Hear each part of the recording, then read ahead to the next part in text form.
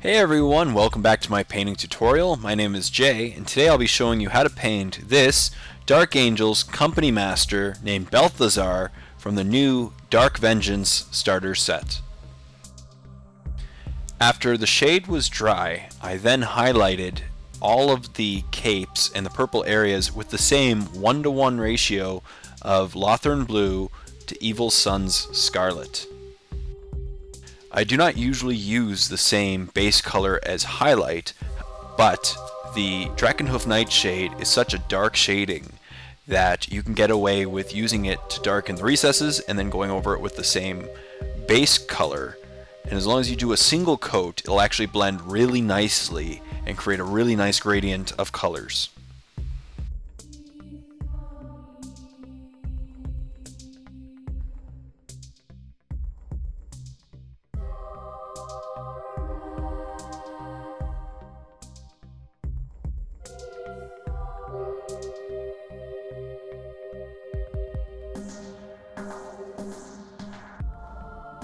As you can see, I am basically just using an overbrush technique and focusing on all the raised edges on all the cloth areas and leaving the recesses the very nice Drakenhoof Nightshaded purple.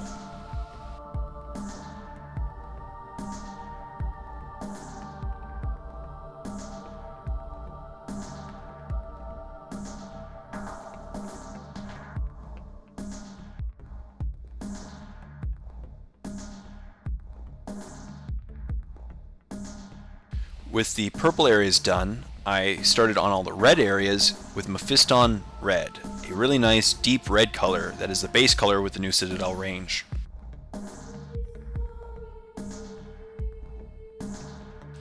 A single coat should be adequate for this step, since Mephiston Red goes over really nicely over the gray primer. I limited the reds to basically the gun and the eyes, as well as the ribbons on the purity seals. The next step, obviously, would then be to shade the red areas with Carroburg Crimson Shade. If done very heavily, like I'm doing here, the crimson shade will actually get in the recesses and produce almost a black in color and some really nice contrast between the recesses and the raised edges. If after a single shading you are unhappy with the depth of color, I recommend doing a second shading. Just make sure that the first one is completely dry before proceeding to the next one. If not, it'll definitely leave brush strokes and you can definitely tell where one ended and the other one began. After the shading, I did a first highlight with Evil Sun Scarlet, the first layer color associated with Mephiston Red. For this first highlight, I basically did another overbrush for all the areas, focusing on all the raised areas and leaving the recesses the dark crimson shading. Then I did a second highlight with red with Wild Rider Red, the second associated layer color with Mephiston Red. For this highlight, I only focused on the edges, so I just did an edge highlight of the gun and of the purity seals. Then to tie all these nice reds together, I gave them a blood letter glaze. This will tone down the Evil Sun Scarlet, which actually kind of resembles a very dark orange, and bring it down to a nice red and blend these reds together. I base coated all the white areas, which is pretty much all the feathered areas on the model, with Ceramite White. The reason why I did not go with white scars in this case is Ceramite White does a much better job of going over with a single coat. That being said, I do recommend using as thin of a layer of Ceramite White as possible so that you don't go with too heavy of a coat and accidentally erase the nice details on the helmet and the shoulder pads.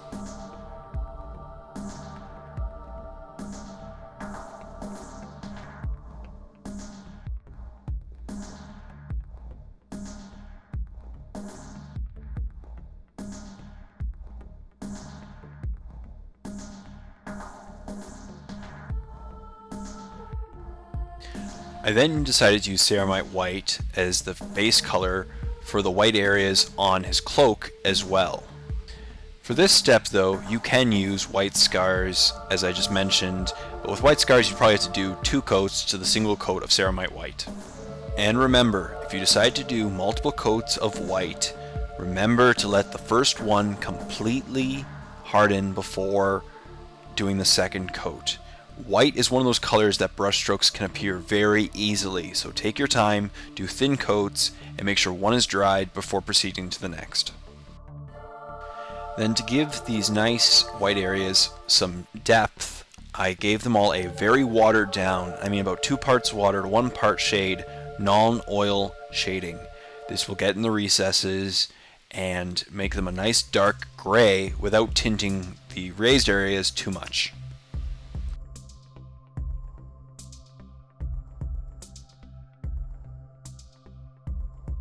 And after the shading, I highlighted all of these areas with white scars, going with very, very thin brush strokes and basically going feather by feather to give these parts some very nice definition.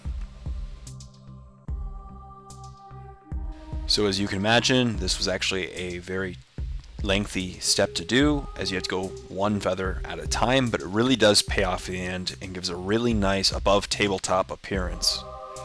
Once again, as you can see here, I'm just using an overbrush technique on the feathers on the back, focusing on the raised areas, leaving the recesses shaded. I painted all the black areas on the model Abaddon black. This included the plasma part of the combi plasma, the tips of each feather, and the gaps in the armor.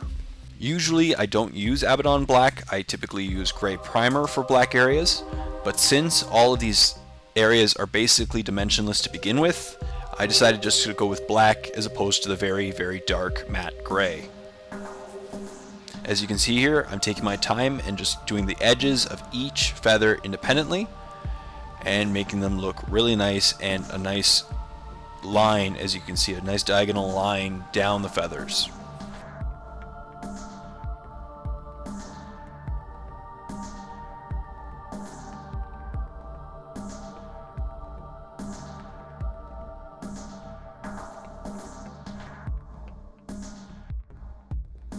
I base coated all the leather areas, specifically the strap and anything on his belt, Mornfang brown, which is a really nice dark reddish brown and really well mimics the color of brown leather when used with a wash or shading.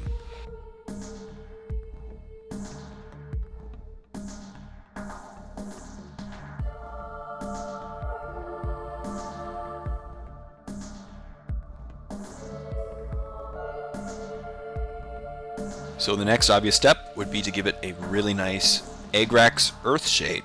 Agrax Earth shade is a great shade to go with the leather since it is already a brown shade on a brown paint. Plus, Agrax Earth shade makes everything look better. Just try it out, trust me. Then I painted all the roping around his body Administratum gray, a nice intermediate gray color, and it'll really pop in contrast to the green armor. Just make sure to do a very light coat of it so you don't want to erase the details on the roping itself. And then, like everything else I do, I gave it a non-oil shading, which will bring out those really nice details in the rope. And with this step nearing completion, we can turn our attention to focusing on the silver and gold metallics and finishing up the rest of the model.